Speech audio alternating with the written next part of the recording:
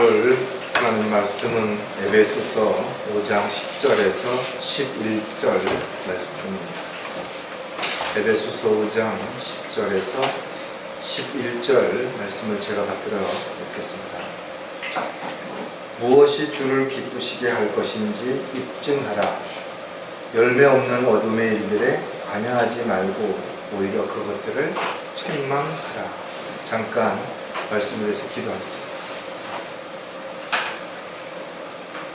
영원한 지옥의 형벌로부터 고통받아야 할 저희들을 주님의 사랑으로 또 은혜로 저희들을 구원의 길로 인도하여 주셔서 오늘 부활하신 첫날에 이렇게 사랑하는 형제 자매들이 한자리에 모여서 주님을 찬양하며 또 기도하며 또 말씀 가운데서 위로와 힘을 얻고 각자 있어야 할 자리에서 또 마땅히 해야 할 일들을 잘 감당하며 주님을 기쁘시게 드리는 삶을 살다가 주님을 만나기를 간절히 원합니다.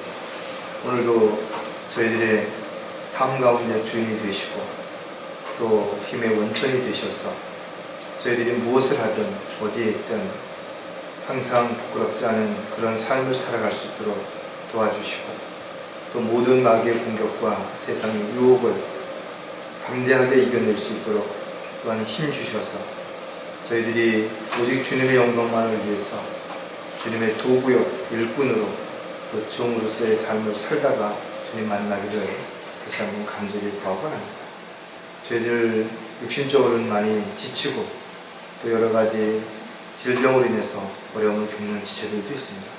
주님의 손길로 깨끗하게 치유시켜 주시고 또 저희들이 이런저런 근심과 걱정과 염려가 있다면 이 시간 이제 주님 앞에 모든 걸 다 맡기고 또 내려놓고 온전히 주님 안에서 쉼을 얻을 수 있을 뿐만 아니라 힘을 얻고 또 더 확실한 믿음 가운데서 각자의 역할을 잘 감당하고 또 열매 맺는 삶을 지속할 수 있도록 도와주시옵소서.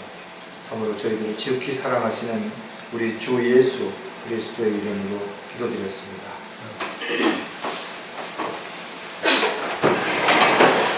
오늘은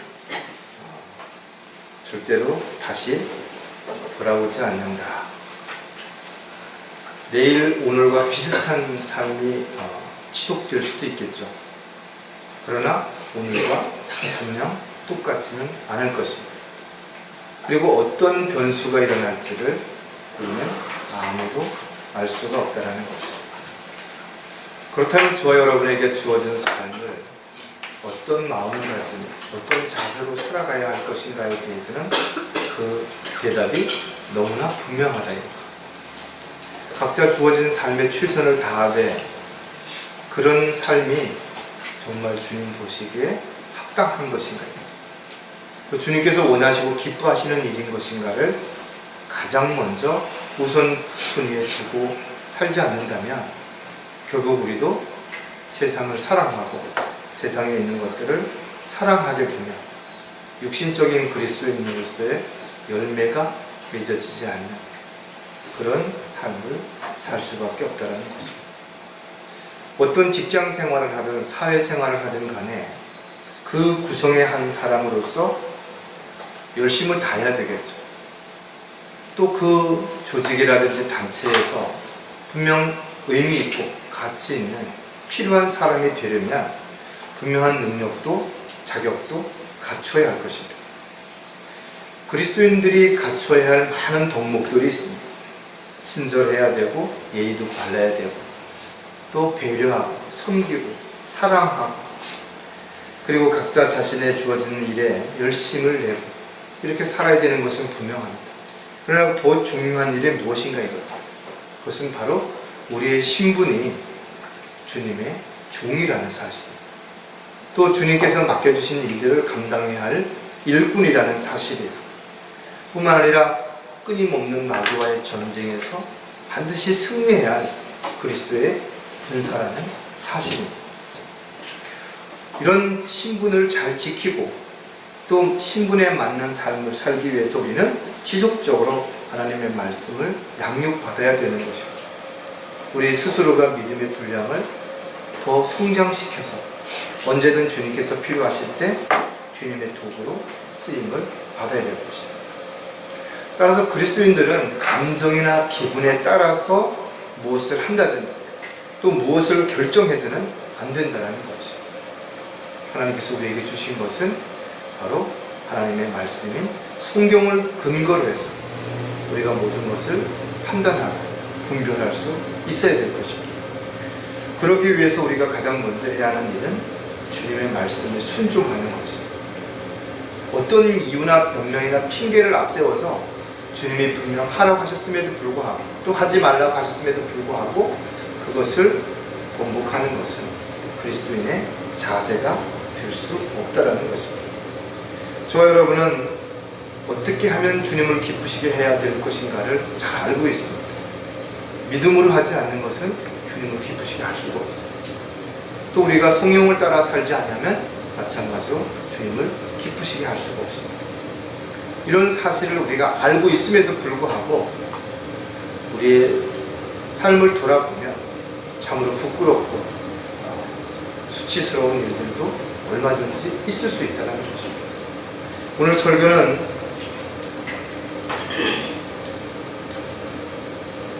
주를 기쁘시게 하기 위해 무엇을 입증할 것인가 하는 사람들이 나는 무엇을 알고 있다 또 무엇을 할 수 있다라고 말한다 이거죠.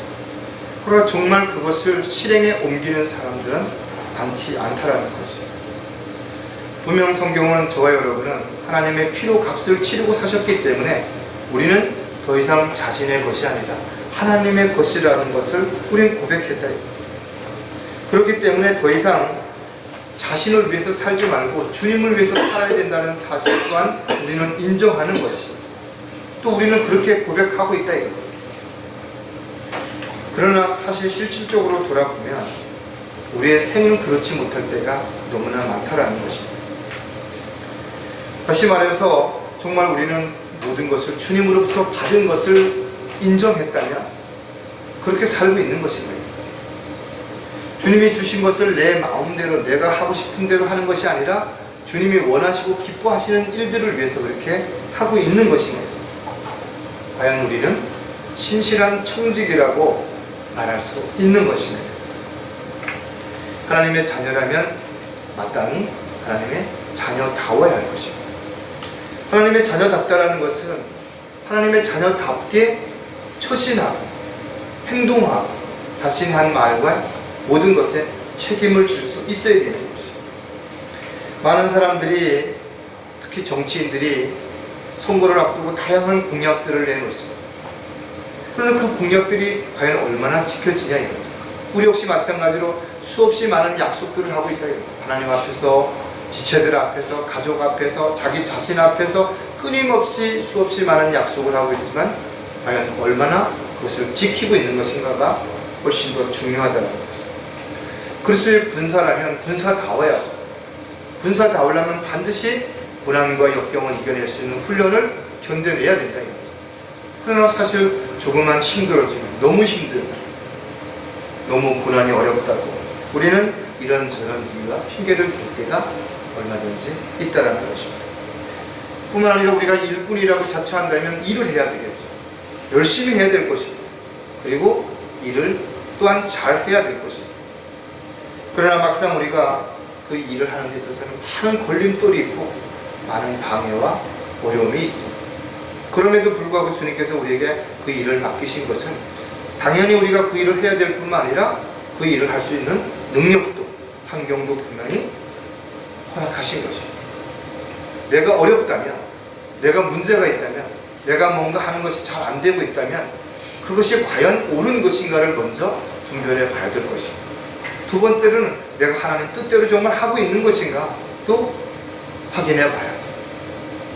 내가 하는 일에 대해서 또 내가 최선을 다하지 않고 내가 뭔가 올바르게 하지 않으면서도 그 결과가 어떻다라고 해서 우리는 불평하거나 그것을 탓해서는 절대로 안 될 것입니다. 그리스도인들은 하나님의 자녀로서 일꾼으로 군사로서 하나님 앞에서는 물론 지체들 앞에서 가족들 앞에서 그리고 더 나아가서는 세상 사람들 앞에서도 분명한 자신의 삶을 통해서 입증해야 되어져야 될 것입니다. 자, 그렇다면 무엇을 입증할 것인가? 무엇이 주를 기쁘시게 하는 것이며 입증할 것인가? 이 첫 번째가 올바른 믿음으로 입증해야 한다는 것입니다.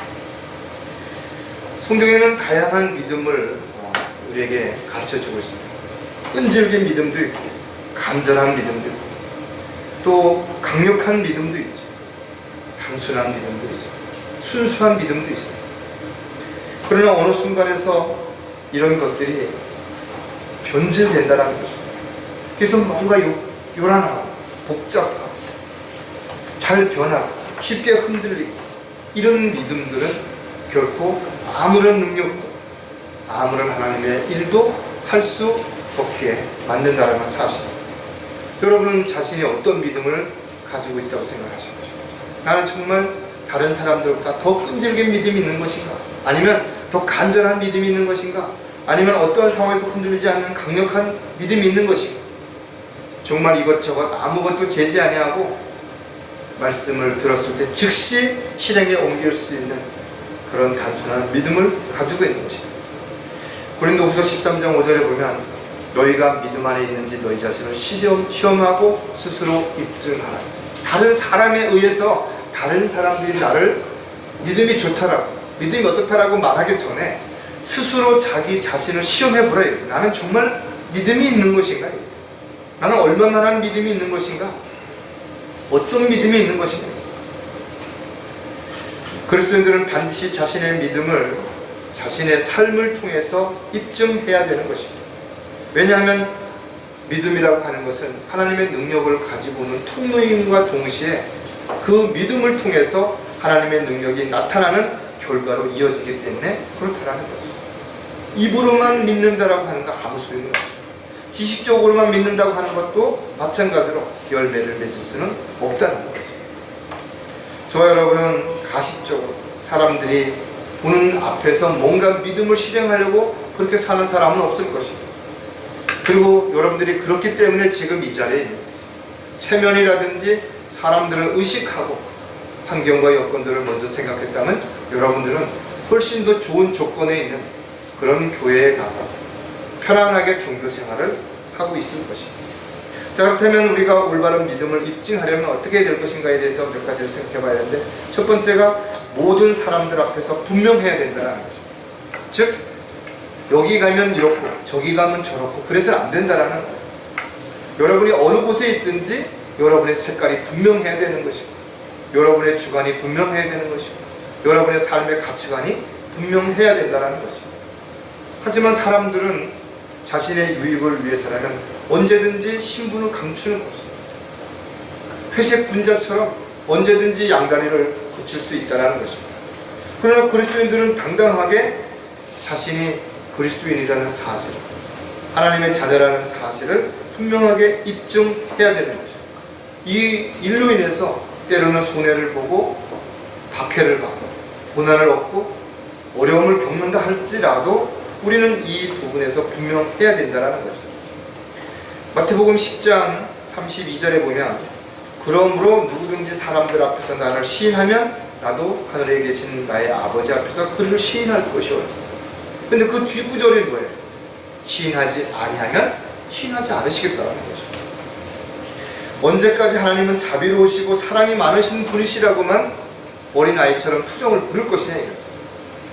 이제는 우리가 성숙했다면 내가 주님께 무엇을 구하기 전에 나는 주님을 위해서 무엇을 어떻게 해야 될 것인가, 내가 하는 일로 인해서 주님을 어떻게 기쁘시게 할 것인가를 먼저 반드시 생각해야 될 것입니다. 누구든지 예수를 하나님의 아들이라 시인하면 하나님께서 그 사람 안에 거하시고 그도 하나님 안에 거하시느니라. 우리가 예수 그리스도를 시인하고 인정한다는 사실, 쉬운 것 같지만 그렇지 않을 수도 있습니다. 따라서 저와 여러분이 교제를 통해서, 간증을 통해서, 또 세상 사람들에게 복음을 전파하면서 끊임없이 우리는 모든 사람들 앞에서 내가 하나님의 자녀이고 그리스도인이라는 사실을 입증해야 될 것입니다. 두 번째, 올바른 믿음으로 입증하려면 자신을 정죄하지 말아야 한다는 것입니다. 사실은 믿지도 않으면서도, 마음에는 그렇게 인정하지 않으면서도 사람들 앞에서는 얼마든지 나는 그렇게 믿고 있다라고, 나는 그런 생각을 가지고 있다라고, 나는 그렇게 살고 있다라고 속일 수 있다라는 것입니다. 심지어는 자기 스스로에게도 나는 그렇게 살고 있어, 나는 지금 다른 사람들보다는 잘하고 있어, 다른 사람들보다는 특별한 사람이야 라고 자기를 속일 수도 있다는 것입니다. 얼마나 많은 사람들이 가식적으로, 형식적으로 위선적인 삶을 살아가고 있는 거죠. 세상에만 그런 거 아니에요. 구원받은 사람들 중에도 얼마든지 그럴 수 있다는 거죠. 하지만 우리가 분명하게 알 수 있다.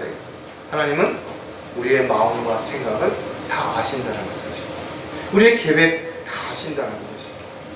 우리가 무엇을 어떻게 준비하고 있는지, 뭘 하려고 하는지 그 속마음도 다 알고 계신다는 것입니다. 그렇다면 그것을 정말 인정한다면, 그것을 정말로 믿는다면 자신의 삶을 돌아볼 때 자신이 얼마나 부끄럽고 수치스러운 것인가를 금방 알 수 있을 것입니다. 로마서 14장 22절에 보면 내게 믿음이 있느냐? 그 믿음을 하나님 앞에서 스스로 가지고 있으라. 자신을 승인하는 일로 자신을 정죄하지 아니하는 자는 복이 있도다. 내가 하는 일이 옳다, 나는 이것이 합당하다 라고 하는 것으로 인해서 자기를 정죄하지 않는다면, 사람들 앞에서 내가 나는 이렇다라는 것을 입증할 때 그것이 자기 스스로에게도 나는 부끄럽지 않다, 나는 진짜 그렇게 살고 있다, 난 누가 보더라도 당당하다, 그렇다면 움츠러들 이유가 없다. 사람들이 왜 주변을 살피는 것인가, 왜 사람들의 말을 어떻게 하는지에 대해서 더 관심을 갖는 것인가, 자기를 어떻게 평가하는지, 자기에 대해서 사람들이 어떻게 인식하고 있는지 왜 관심을 갖고 있는 것인가. 그것은 자기가 하는 일이 스스로가 생각할 때 당당하지 못하기 때문에 그런 거죠. 자기 스스로가 볼 때도 한심하고 부끄러운 일인데 그것을 감추기 위해서 다른 어떤 무언가를 위선적인 행동이나 말을 하다 보니까 사람들을 의식하게 되는 거죠. 쉽게 말해서 우리 스스로가 내 안에 계신 성령께서 하지 말라고 하지 말아야 되는 것입니다. 하라고 하면 마땅히 해야 된다 이거죠. 원망하지 마라, 하지 마셔야 됩니다. 아무리 믿고 아무리 그 사람이 얄미워도 불평하지 말고 탓하지 말라, 그렇게 하지 말아야 되는 것입니다. 그래야 내 안에서 진정한 마음의 평안이 있을 뿐만 아니라 하나님에 대한 확신이 있는 것이고, 그래서 힘들어지면, 그래서 그것이 더 고통스러워지면, 그것이 더 고난의 길이 된다면 우리는 주님 앞에 구할 수 있다 이거죠. 내가 주님 앞에 구하지도 아니하고 주님 앞에 매달리지도 아니하고 힘들다, 어렵다, 누구 때문이라고 말한다는 것 자체가, 그것은 내 스스로가 나 역시도 그렇게 살고 있다는 거예요. 다른 사람을 정죄하는 그 입으로 나 자신에게도 동일하게 적용시켜 본다면 내가 과연 다른 사람을 정죄하고 다른 사람을 탓할 수 있을 만한 성품과 인격과 그런 믿음을 가지고 있는 것인가를 우리가 한 번쯤 충분히 생각할 수 있다. 자신의 믿음이 무엇을 바라는 믿음인지, 또한 무엇을 이루고자 하는 믿음인지를 한 번쯤 생각해 보래요. 많은 사람이 믿는다고 말하는데, 많은 사람들이 믿고 싶다라고 말한다 이거죠. 과연 그것이 무엇을 원하기 때문인 것인가, 무엇을 성취하고 싶어서인 거예요. 어떤 사람이 이야기하는 내용의 강의 중에 이런 말이 있다. 사람이 만족하지 못하는 이유가 뭐냐죠. 만족은 내가 원하는 욕심을 성취하는 것에 따라서 그 결과가 달라진다는 거죠. 다시 말해서 내가 욕심이 많으면 성취한 것이 아무리 커도 만족이 안 되는 것이죠. 그러나 내가 욕심을 버리게 되면 성취가 작아도 만족이 커진다는 것입니다. 이것이 세상 사람들이 가지고 있는 그 어떤 가치관이 그리스도인들하고 전혀 다른 이유예요. 왜 그리스도인들은 고난 가운데서도 어려운 가운데서 행복할 수 있고 감사할 수 있는 것인가? 그것은 욕심을 버렸기 때문에, 내가 하고 싶은, 내가 원하는 것을 내려놓았기 때문에 아주 작은 것에도 감사가 있고 작은 것에도 만족이 있는 것입니다. 우리가 이런 것을 잘 이루어가지 못한다면 우리는 세상 사람들하고 별로 다른 것이 없는 것입니다. 그래서 결국은 더 힘들죠. 현실적으로는 어려운데 마음의 평안도 없고 감사도 없다면 얼마나 힘들겠네요. 또 한 가지는 성경에 기록된 대로 실행해야 한다는 것입니다. 이것이 올바른 믿음을 입증하는 것입니다. 그리스도인들은 어떤 감정이나 느낌이나 기분에 따라서 살아가는 사람이 분명 아니라는 것입니다. 그래서 나보다는 하나님을 먼저 생각하고 육신적인 것보다는 영적인 것들을 먼저 생각하는 것입니다. 아무리 자기가 자원해서 기쁨으로 무엇을 했다라고 말할지라도 그것이 하나님의 뜻과 계획에서 벗어났다면 또는 하나님께서 원하시는 것이 아니라면 그것은 열심을 내면 열심을 낼수록 주님을 기쁘시게 해드릴 수 있는 것이 아니라 오히려 주님 앞에 부끄러운 삶이 되는 것입니다. 자신의 믿음을 통하여 지금 자신이 하고 있는 모든 것들을 한 번쯤 점검해보래요. 다 꺼내놓고 하나씩 하나씩 점검해보래요. 내가 지금 계획하는 거, 내가 원하는 거, 내가 이것을 이루었을 때 무엇 때문에 하는 것이냐, 누구를 위해서 하는 것이냐 이거죠. 과연 내가 지금까지 그렇게 해서 살아왔는데 그것이 과연 하나님 앞에는 어떤 결과로 어떤 인정을 받을 수 있겠는 것이냐. 자신의 믿음을 통하여 자신의 어떤 결론이 하나님 보시기에 합당하지 않은 것이라면 그것이 성경적인 것이 아니라면 그것은 나는 지금 속고 있는 것이죠. 잘못 살고 있는 것이죠. 우리가 잘 알고 있는 갈라디아서 6장 7절에 있는 말씀처럼 속지 말라. 하나님은 우롱당하지 아니하시느니라. 이는 사람이 무엇을 심든지 그대로 거둘 것이기 때문에. 이것이 성경적인 답이죠. 하나님은 우롱당하시지 않는 이유가 뭐냐?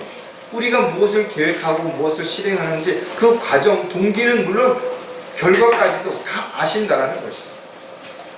우리의 생각을 아시죠. 안고 일어서는 것을 아시구나. 머리털까지도 다 세고 계시다라는 것이죠. 우리는 몸과 마음과 정성을 다해서 정말 주님을 사랑하고 있는 것인가 자신에게 물어봐야 된다. 정말 나는 어렵고 고통스럽고 힘들고 손해를 본다 하더라도 절대로 주님을 떠나지 않을 것인가 물어봐야 된다. 자신이 가진 그 어떤 것도 온전히 주님 앞에 언제든 아낌없이 드릴 수 있는 그런 마음의 준비가 되어 있는 것이다. 내가 가지고 있는 지능, 지식, 힘, 능력, 시간, 물질 모든 것들이 정말 주님의 것이라면 언제든 주님이 내어놓으라면 아낌없이 다 내어놓고 빈손이 되더라도 불평할 자신이 있는 것인가? 혹시 부자 청년처럼 세상으로 돌아가고 또 다른 무엇인가를 찾아서 떠나지는 않을 것인가를 한번 좀 진지하게 생각해 봐야 돼요. 사람의 마음과 생각들은 수시로 바뀌는 것이에요. 이것이 하나님의 말씀에 근거한 것이 아니라면 언제 우리에게 어떤 유혹이 닥쳐올지 어떤 시련이 닥쳐올지 아무도 알 수 없을 뿐만 아니라 그때 우리가 계속 이 자리에 남아있을 거라는 보장은 아무것도 되지 않아요. 저와 여러분 각자의 믿음이 하나님의 말씀에 뿌리를 내리고 있을 때만 우리는 끝까지 살아남을 수 있을 것입니다. 끝까지 믿음의 경주를 마칠 수 있을 것입니다. 두 번째, 무엇을 입증할 것인가 이거죠. 맺혀지는 열매로 입증해야 한다는 것입니다. 나무는 열매를 보면 알 수 있다라고 성경에 기록되어 있다. 좋은 나무에서 나쁜 열매를 맺을 수 없고 나쁜 나무에서 좋은 열매를 맺을 수 없는 것입니다. 그리스도인들의 삶도 마찬가지입니다. 그 사람이 어떤 열매를 맺느냐에 따라서 그 사람이 어떤 그리스도인인지 알 수 있는 것입니다. 육신적인 그리스도인인지 혼적인 그리스도인인지 영적인 그리스도인인지 구별이 된다는 것입니다. 그럼 열매가 맺어지지 않는다면 어떻게 될 것인가? 아무리 열심히 농사를 지었다고 치자.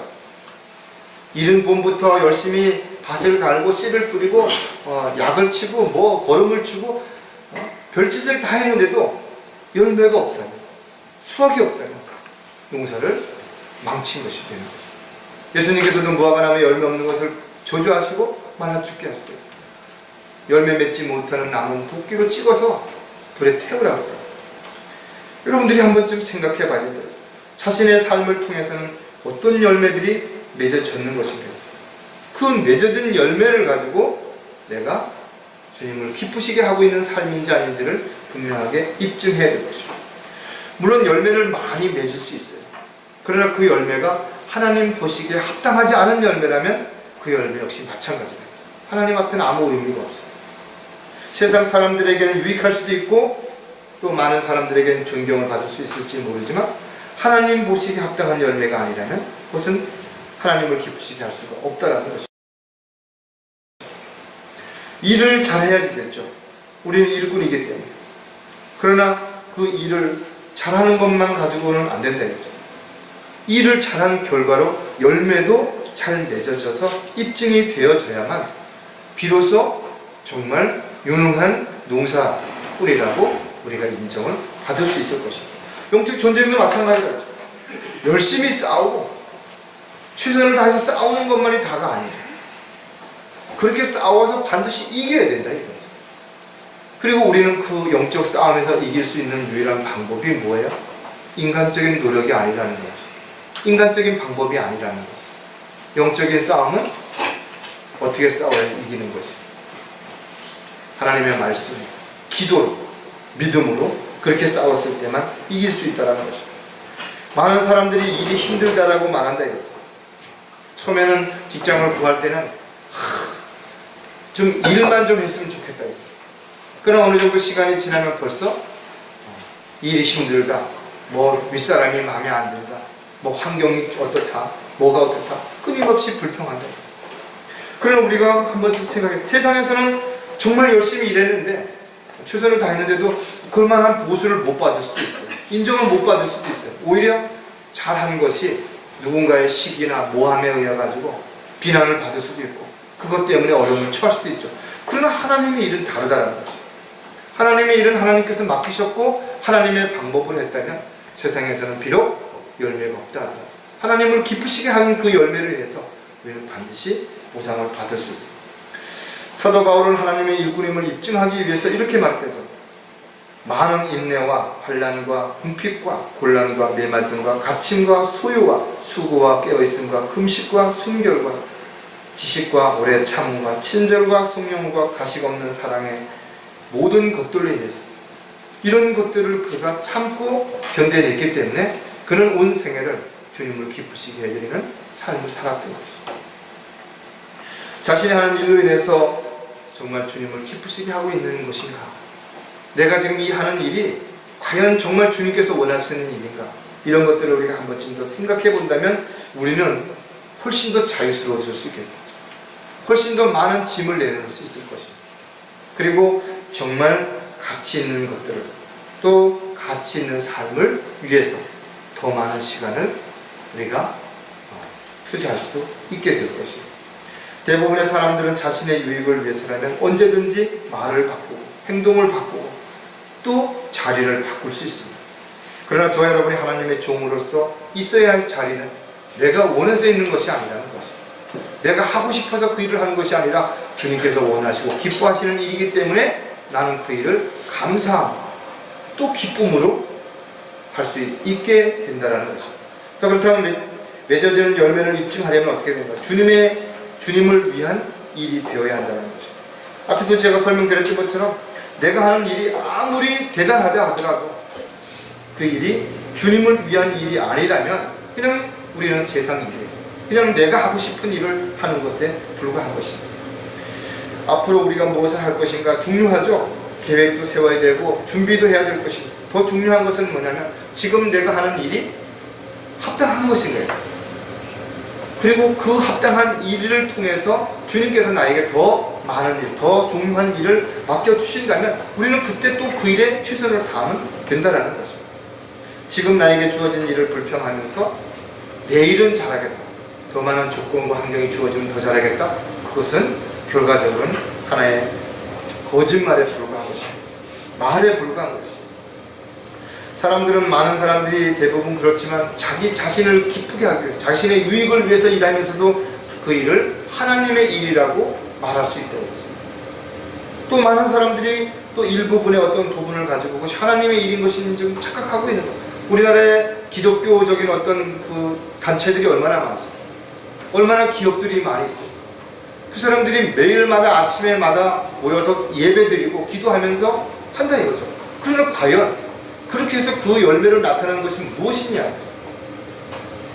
그냥 세상 기업처럼 열심히 돈 벌어서 직원들에게 복리적인 거 잘해준 거, 그건 나쁘다고 말할 수는 없죠. 그러나 그것을 하나님의 일이라고 말할 수는 없대요.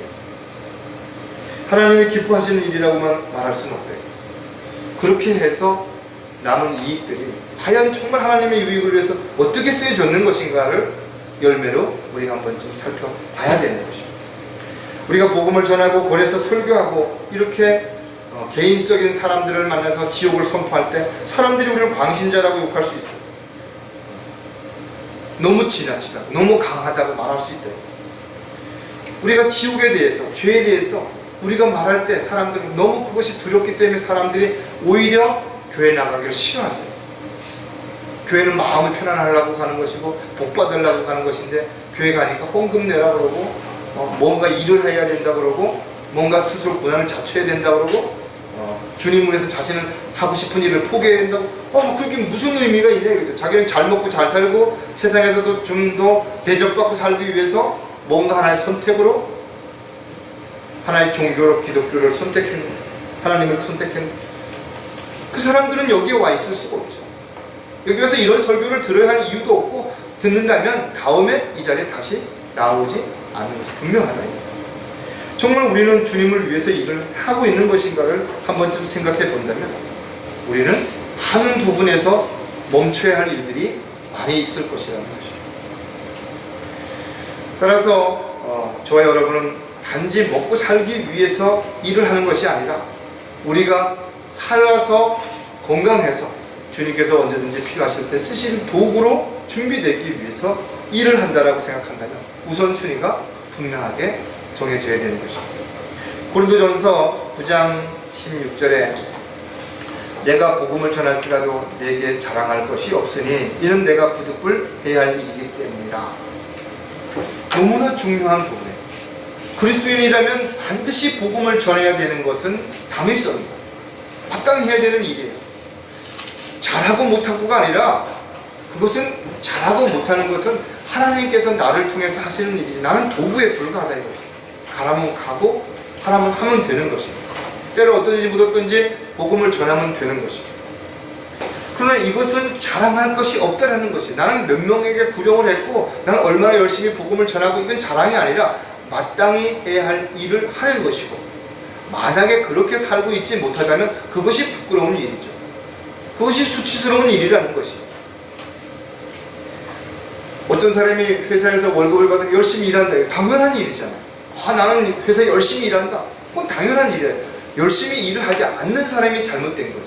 그 사람이 부끄러운 일이에요. 월급을 받으면서도 일을 열심히 하지 않는다면 그건 잘못된 것이죠. 사람들을 돕는 일도 중요하죠. 어려운 사람들에게 배고픔을 달래는 것도 중요한 일이에요. 세상에 그런 것이 없다면 어렵고 힘든 사람은 어떻게 살아요? 그러나 우리가 먼저 해야 되는 일은 그렇게 사람들에게 우리가 정말 어렵고 힘든 상황에 있는 사람을 도와줬다면 우리가 항상 왜 내가 그 일을 하고 있는지에 대한 당위성, 즉 우리가 복음을 전파하는 일을 절대로 소홀히 해서는 안 된다는 것을 분명하게 우리가 기억해야 할 것입니다. 맺혀지는 열매를 입증하려면 끝까지 고난을 견뎌내야 된다는 것입니다. 누구든지 처음엔 잘 견딜 수 있어요. 어느 정도까지는 버틸 수 있다는 것입니다. 그러나 인간은 한계라는 게 없는 거죠. 그리고 이 한계를 뛰어넘을 수 있는 것은 정말 대단한 정신력이 있든지 어떤 분명한 목표가 있을 때는 그것이 가능한 것입니다. 여러분, 여자는 약하지만 어머니는 강하다는 말이 돼요. 그 이유가 뭐예요? 여자로서는 연약한 남자들보다는 훨씬 체격적인 조건이라든지 이런 것이 약할 수밖에 없어요. 그러나 자식에게 어떤 불행한 일이 닥쳤거나 사고가 닥쳤을 때는 그 어머니에게서는 초능력적인 어떤 힘이 발휘된다는 거예요. 이게 어머니의 힘이라는 거예요. 산부의 고통을 통해서 자식을 태어나게 했기 때문에 그 자식에 대한 사랑이, 물론 부성이 모성보다 약하다라고 말한다는 것은 또 반문하는 사람이 있을지 모르죠.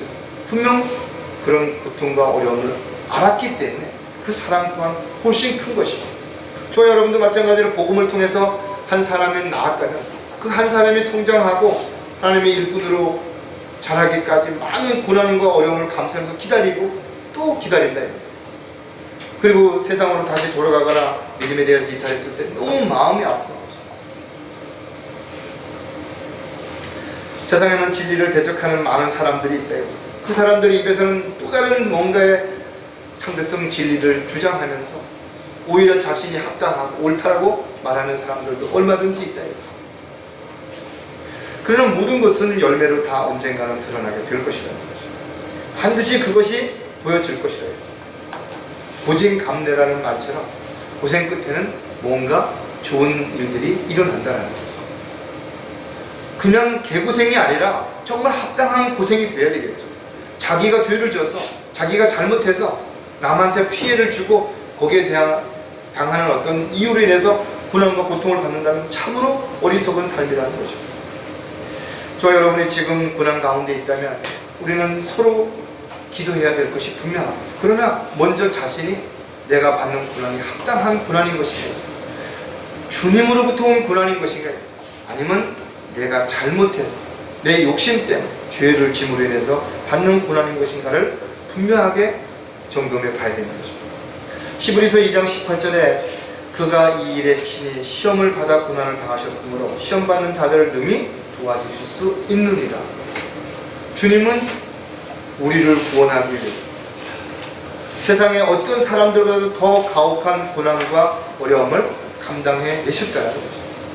친히 그것을 경험하셨기 때문에 우리가 어떤 고난 가운데 있다 하더라도 우리를 그 고난에서 구해내실 수 있을 뿐만 아니라 우리의 그 고난을 다 아시니까 결코 우리를 외면하지 아니하신다는 것입니다. 저와 여러분이 복음을 전파하기 위해서, 진리를 증거하기 위해서, 예수 그리스도의 증인된 삶을 위해서, 그래서 우리가 받는 고난이라면 우리는 그 고난은 참으로 복받은 자로서에게 받는 고난이 될 것이다. 자신을 부인하고 원하는 것을 포기하면서 좁은 문으로 들어가기 위해서 우리가 받는 고난이라면 우리는 그 고난을 통해서 참으로 아름다운 열매가 맺어지는 거죠. 마치 진주처럼 어려움과 고통과 아픔을 이겨내고 나서 찬란한 열매가 맺어질 수 있게 되는 것입니다. 또 한 가지, 맺어지는 열매를 입증하려면 쓰임받는 증거가 나타나야 한다는 것입니다. 자신이 어떤 사람에게 일꾼으로 부름을 받았다면, 그리고 그 일을 잘 감당함으로 인해서 그 열매가 드러났다면, 그 다음에는 그 사람을 쓴 사람이 더 중요한 일을, 더 능력 있는 일을, 더 많은 일을 분명히 맡길 것이다 이거죠. 그러나 쓰임 받았다라는 증거가 없다면, 어떤 일을 해낸 그 결과가 없다면 그 다음에 그 사람을 또다시 쓰겠는 것인가? 쓴다고 하더라도 중요한 일을 맡기겠는 것인가? 그렇지 않다는 거죠. 하나님의 자녀는 열매 없는 일에 관여하지 말라는 것입니다. 이 열매는 세상의 열매가 아니라 성령의 열매를 의미하는 것이기 때문에 성령의 열매가 맺혀지지 않는 일이라면 관여하지 말라는 것입니다. 또 간증이 없다면 이미 그것은 죽은 나무와 같이 열매가 없는 것입니다. 눈물로 씨를 뿌리는 자들은 기쁨으로 거두리로다. 귀한 씨를 가지고 나가서 우는 자는 정녕 기쁨으로 그의 단들을 가지고 돌아오리라. 남들이 다 일할 때 혼자 놀고 있다면 당연히 수확할 때 수확할 게 없는 게 당연하죠. 남들이 거름주고 김을 메고 열심히 돌볼 때, 가지치기를 할 때 자기는 응달 밑에서 앉아서 편안하게 쉬었다면 좋은 열매를 거둔다는 것은 처음부터 불가능하다는 거죠. 우리는 씨를 뿌리는 이유는 수확을 거두기 위해서라는 거죠. 그리고 그 씨가 어떤 씨는 금방 자라고 또 열매를 맺기도 하지만 어떤 씨앗은 나무가 되어서 열매를 맺기까지 오랜 시간이 걸릴 수도 있다는 것입니다. 주님은 모든 일꾼들을 통해서 주님이 기뻐하시고 원하시는 일들을 이루어 가시기를 원하신다는 것입니다. 그러나 그 열매가 더 많이 맺어지기 전에는 먼저 반드시 이루어져야 할 것이 있다. 바로 요한복음 12장 24절에 있는 말씀처럼 하나님의 밀이 땅에 떨어져 죽지 아니하면 하나는 그대로 남아있지만 죽으면 많은 열매를 맺느니라 했습니다. 많은 열매를 맺고 싶다면 우리는 죽어야 되는 거죠. 왜 날마다 죽어야 된다라고, 왜 자신을 부인해야 된다라고 말한 것인가? 내가 죽지 아니하면 내가 드러나는 것입니다. 그러나 내가 죽으면 나를 통해서 성령께서 드러나시는 것입니다. 성령의 열매가 맺어진다는 것입니다. 따라서 우리는 어떤 열매를 맺고 있는 것인가에 대해서 가장 확실한 부분은 과연 성령께서 나를 주관하셔서 일을 하시는 것인가, 아니면 내가 내 마음대로 내가 원하는 일을 하고 있는 것인가를 분명하게 우리가 살펴봐야 합니다. 특히 성령의 열매는 사랑을 근거로 해서 맺어지는 것입니다. 사랑이 없이는 인내도 필요가 없고, 사랑이 없이는 온유, 절제, 그 어떤 것도 성령의 열매가 맺어지지 않는다는 사실을 우리가 분명하게 기억해야 할 것입니다. 저와 여러분이 간증 생활이라고 하는 것은 본이 되는 생활이 되는 것입니다. 우리가 본이 되는 삶을 통해서 열매 맺는 삶을 산다면 많은 사람들이 그런 것을 보고 본받게 될 것이고, 또 그렇게 성장함으로 같은 그 사역을 위해서, 일을 위해서 협력하는 그런 협력자가 반드시 될 것입니다. 마지막으로 주를 기쁘시기 위해서 무엇을 입증할 것인가? 바로 변화된 삶을 통해 입증해야 한다는 것입니다. 우리가 올바른 믿음을 가지고 또 열매 맺는 삶을 통해서 주님을 기쁘시게 하는 일은 일시적일 수 있다는 것입니다. 어떨 때는 그렇게 하고 어떨 때는 그렇게 하지 않을 수 있다는 것입니다. 그러나 그리스도인의 삶은 지속되어야 되는 것입니다. 올바른 믿음도 매일매일 지속되어야 되고, 열매 맺는 생활도 계속해서 지속되어야 된다. 그런데 우리의 믿음이 변질될 수 있다는 것입니다. 잘 열매를 맺던 나무가 어떤 사고라든지 어떤 기상이변으로 인해서 말라 죽거나 열매를 못 맺을 수 있다는 것입니다. 또는 거름이 부족해서 열매가 부실할 수도 있다는 것입니다. 따라서 우리가 지속적인 성령의 열매를 맺기 위해서, 올바른 믿음을 살아가기 위해서는 끊임없이 우리가 어떻게 돼요? 우리 자신을 돌보고 지속적으로 가꾸고 보호하고 주님이 원하시고 기뻐하시는 도구로 살아가야 된다는 것입니다. 하나님 앞에 인정받으려면 반드시 자신의 삶을 통해서 입증이 되어져야 되는 것입니다. 무엇을 근거로 해서 과연 우리는 그럼 주님을 기쁘시게 할 것인가? 그것은 바로 성경을 근거로 해야 됩니다. 하나님의 말씀이 잣대 최종 권이기 때문에 그렇습니다. 하나님의 말씀을 우리가 읽고 묵상하고 그 말씀을 끊임없이 공부해야 하는 이유는 그 말씀이 우리가 모든 것을 판단하고 결정하는 데 있어서 잣대가 될 뿐만 아니라 정답이라는 것입니다. 저와 여러분이 주님 부활하신 첫날에 이렇게 모여서 경배를 드리는 것, 찬양을 드리는 것, 얼마나 감사한 일이고 행복한 일이냐. 우리가 영원히 주님 앞에 가서는 이와 같은 일들을 하겠지만 그와 같은 그 날이 오기 전에 우리는 이 지상에서도 주일날 비록 하루라도 우리가 이렇게 함께 모여서 그 천상에서의 기쁨에 아주 천만분의 1이 될지라도 그 기쁨을 누린다면 우리는 한 주간을 살아가는 동안에 있어서 아무리 힘들고 어려워도 능히 이겨낼 수 있는 에너지를 우리는 공급받게 될 것입니다. 저 여러분이 주일날에 이렇게 나와서 하나님의 말씀을 듣고 찬양을 부르고 기도하고 잠깐 얼굴 보고 헤어지는 게 아니에요. 우리는 여기서 충만한 에너지를 우리가 얻지 못한다면 우리가 이 세상에 나가서 그 어렵고 힘든 상황에서 어떻게 지탱할 수 있냐, 어떻게 견뎌낼 수 있냐. 따라서 여러분들이 하나님의 말씀을 들을 때 경청해야 되는 것입니다.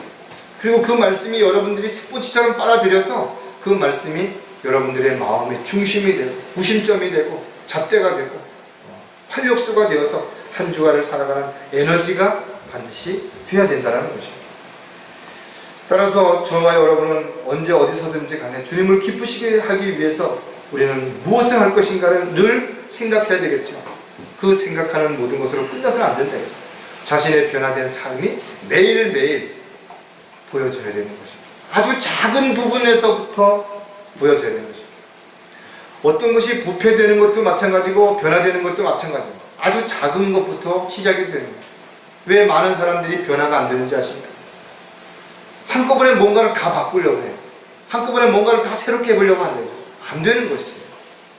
아주 작은 것부터 조금씩 변화를 가져오면서 거기에 자기가 적응해 나갈 때 더 큰 변화가 일어날 수 있다는 것이죠.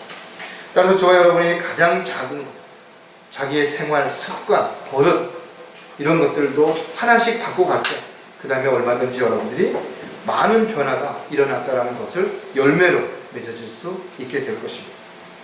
하나님의 뜻과 계획에 따라서 우리가 순종하는 삶이 시작이 될 때 우리의 변화된 삶은 시작이 되는 것이고, 또 우리가 순종하거나 주님의 명령에 따라서 뜻과 계획에 따라서 살지 않게 된다면 그것이 변질이 되기 시작하는 시점이라는 사실을 우리가 분명하게 기억해야 할 것입니다.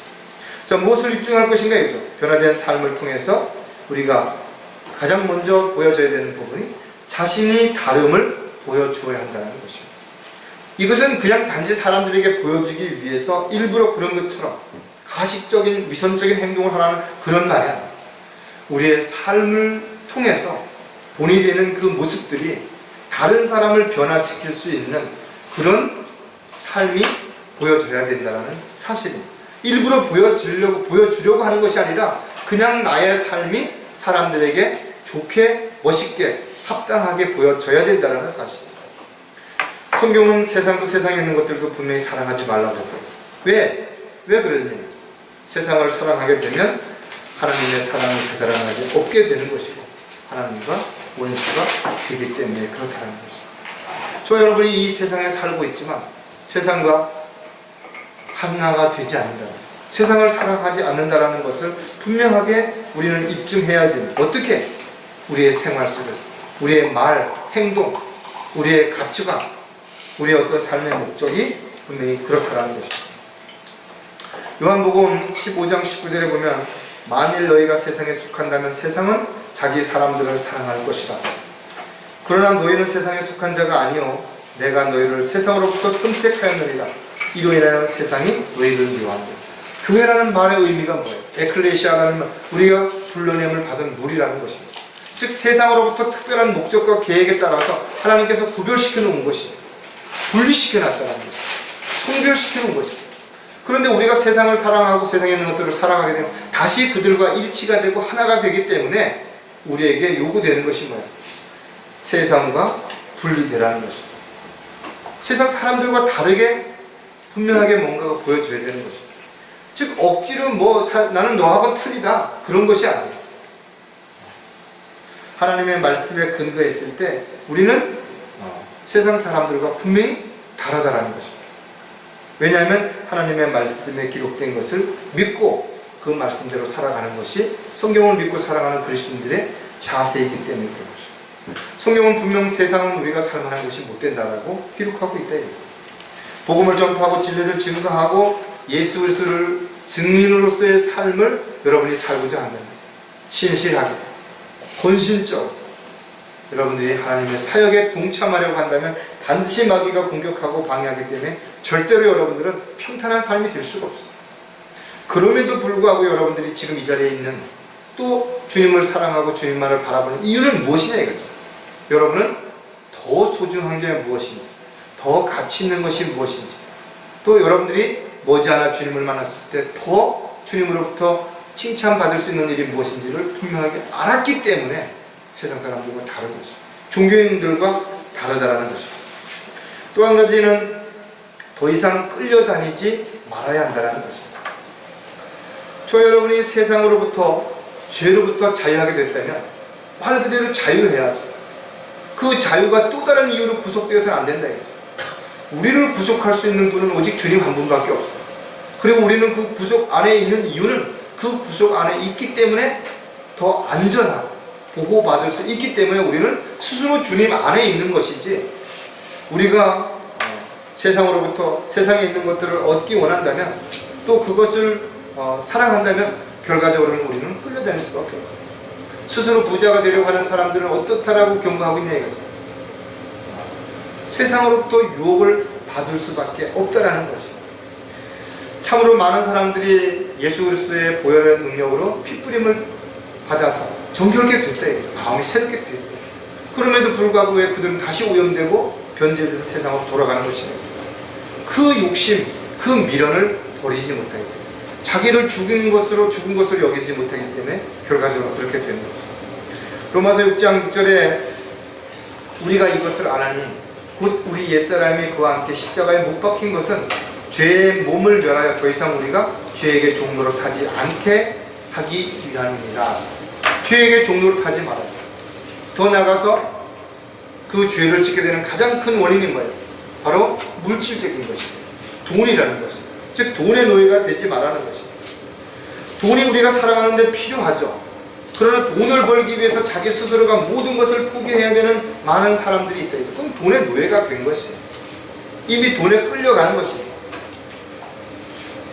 돈을 버는데 급급해서 돈을 쓸 줄을 모르는 사람들이 세상에 얼마나 많은지 아십니까?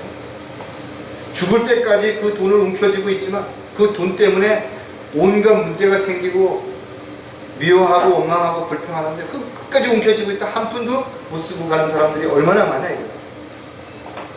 많은 사람들이 어리석은 이유가 뭐냐? 천년만년 살 것처럼 생각하는 것이. 자기에게는 내일도 모레도 더 좋은 날들만 올 것이라는 기대를 갖고 살아간다. 그러나 그리스도인의 삶은 그렇지 않은 것입니다. 내일 오늘보다 더 힘들고 더 고통스럽고 어렵다 할지라도 그러나 그것이 주님을 기쁘시게 하는 일이라면 그것을 감사하고 살아갈 때 우리는 훨씬 더 주님 앞에 섰을 때 많은 상과 유업으로 보상을 받게 된다는 사실을 아는 그리스도인들만이 그 믿음을 지켜나가는 것이고 그 믿음을 지키기 위해서 스스로 고난을 자초하는 것입니다. 변화된 삶을 통해 입증되려면 신앙생활이 지속되어야 된다. 제가 말하는 이 신앙생활은 종교생활이 아닌 것입니다. 즉 습관적인 또 형식적인 그런 거 어제나 오늘이나 동일하게 그냥 주일날 아침에 눈 뜨자마자 오늘 교회 가는 날이니까 주섬주섬해서 교회 와서 찬송가 몇 곡 부르고 뭐 졸든 뭐 하든 간에 설교 듣고 또 집에 가고 그거 아니고 그 의미가 없어요. 하나님은 다 아신다는 것이. 과연 정말 내가 오늘 설교를 통해서 내가 필요한 영의 양식으로 공급받고 있는 것인가 못 받고 있는 것인가 점검해야 된대요. 여러분들이 정말 깨어있고 여러분들이 성경적이고 여러분들이 신실한 믿음을 가지고 신앙생활 올바르게 하는데 설교를 들을 때 먹을 게 없다 이거죠. 배가 고프다. 그럼 다시 점검해. 목자를 점검해 봐야 되는 것이고 목자가 정말 깨어있는지 목자가 지금 올바른 믿음 생활을 하고 있는지를 확인해 봐야죠. 여러분들이 잔뜩 먹어도 배가 고픈 그런 혈기 왕성한 그런 영적 생활을 해야 되는데 멀건 죽 한 그릇 주고 아니면 옥수수 뻥튀기 한 봉지 주고서 여러분들에게 풍족하게 먹었으니까 집에 가라. 여러분들은 집에 가면 안 된다 이거죠. 찾아봐야죠. 그러면 올바른 길을 찾아야 되고 선택해야 된다 이거죠. 그러나 충분히 여러분들이 영의 양식 공급받고 있다면 여러분들은 어떤 불평이나 원망해서 안 된다.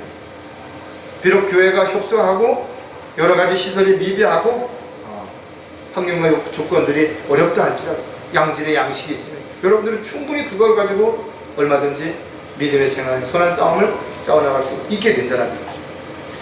신앙생활은 더 많은 무엇인가를 얻으려고 하는 그 욕심보다는 참된 진리를 따라서 살기 위해서 오히려 나에게 불필요한 것을 먼저 버릴 수 있는 그런 삶이 되어야 됩니다. 많은 걸 움켜쥐고 있으면 그만큼 더 힘들어지는 것입니다. 더 어려워지는 것입니다.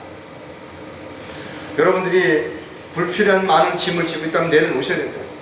불필요한 어떤 걸 주님에서 여러분들 고민하고 염려하고 있다면 다 주님 앞에 내려놔야 돼요. 주님께서 분명히 약속하셨는데 주님의 뜻대로 계획대로 살아간다면 주님은 절대로 우리 버리지 않으신다고 그랬고 또 우리가 주님 앞에 버림받지 않는다면 우리의 삶이 주님을 위해서 더 열심히 일을 한다, 헛되지 않다는 걸 알고 있기 때문에 우리는 절대로 불평하지 않을 것입니다. 세상 사람들이 우리를 불쌍하게 볼 수 있죠. 참 저렇게 살아서 뭐가 행복하냐? 일요일날 자기들은 여행도 가고 낚시도 가고 뭐 등산도 가는데 저렇게 아침부터 교회 나가야 되고 또 뭐 해야 되고 열심히 벌어서 버는 돈 자기들이 가족을 위해서 쓰기도 너무 부족한데 그걸 헌금도 내야 되고 뭐도 해야 되고 불쌍할 수도 있을 수 있어요. 그 사람들 눈에. 그러나 저와 여러분이 하는 일이 그 사람들이 하는 어떤 생각보다 훨씬 더 가치 있고 그것이 옳다고 생각하기 때문에 여기 이 자리에 와 있는 거예요. 누가 강조한 적이 있냐고. 누가 여러분에게 헌금 내라고 헌금을 많이 내라고 강요한 적이 있냐 이거죠. 교회 재정이 어려우니까 헌금을 많이 내야 된다고 말한 적 없다 이거죠. 교회 재정이 어려우면 재정을 줄이면 되는 거예요. 그것도 안 되면 더 줄여서 한다 이거죠. 우리에게 주어진 각자의 자기의 역할을 충실히 하고 있다면 주님은 주님의 피로 세우신 교회, 주님이 세우신 저와 여러분 각 가정의 삶을 책임져 주시겠다고 분명히 약속했다. 이것을 우리가 믿는다면 우리의 신앙생활은 어제나 오늘이나 내일이나 지속되어야 되는 것이죠. 멈추어서는 안 되는 것이죠. 힘들죠. 누구에게나 달리다 보면 어려울 때가 와요. 숨이 가쁘고 팔다리가 저리고 뭔가 어려워질 때가 온대. 그러나 또 그 고비를 넘기면 또 다시 달릴 수 있는 거예요. 이런 고비를 몇 번을 겪어야 완주할 수 있는 것입니다. 우리의 믿음 생활도 마찬가지로 때로는 힘들고 어려울 수 있습니다. 그때는 지체들의 손이 필요할 수 있습니다. 손 내밀어 주십시오. 등 좀 밀어주시고 따뜻한 위로 한마디, 여러분들이 염려, 근심, 걱정을 떨어버릴 수 있도록 따뜻하게 손 잡아주는 것, 반드시 지체로서의 역할이고 필요하다 이거죠. 신앙생활은 주님 오실 때까지 지속돼야 된다. 주님 언제 오실지 우리는 아무도 알 수 없지만 우리가 변화됐다면 그 변화된 삶이 변질되지 않도록 철저하게 지켜야 할 뿐만 아니라 주님 오실 때까지 그 변화된 삶이 신앙생활을 통해서 지속되시는 저와 여러분이 되시기를 주의 이름으로 부탁을 드리겠습니다. 기도하겠습니다. 하나님 아버지, 참으로 감사를 드립니다. 저희들이 주님의 말씀을 들을 때 늘 경청할 수 있게 도와주시고, 또 저희들이 주님의 말씀을 들었을 때 단지 들은 것으로 끝나는 것이 아니라 그 말씀이 영의 양식이 되고 또 모든 것을 판단하고 결정하는 잣대가 되어서 또 최종 권위가 되어서 저희들이 어느 곳에 있든지 무엇을 하든지 항상 주님이 원하시고 기뻐하시는 삶을 통해서 자신의 변화된 그런 삶들이 올바른 믿음과 또 열매 맺는 그런 삶을 통해서 입증되어지는 저와 여기에 있는 모든 형제 자매들이 되게 도와주시기를 간절히 구하고 하는 우리 주 예수 그리스도의 이름으로 기도드렸습니다.